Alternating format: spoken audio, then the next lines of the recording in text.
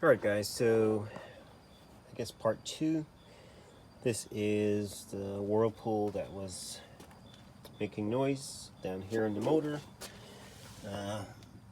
Again, I just recap.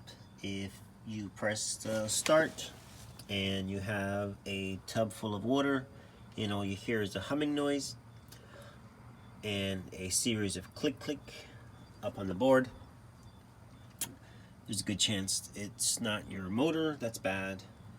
9 times out of 10, if your washer will go into spin, your motor is not bad.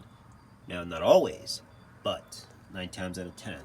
The gears in the motor for the spin, I think on this guy it has 2 cycles, one's fast, one's slow.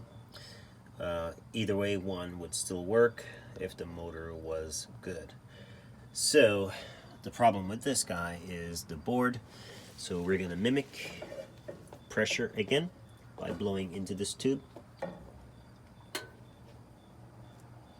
Right now the washer thinks it's full. If we press start, washer's in wash. We press start, he should start to agitate. Okay.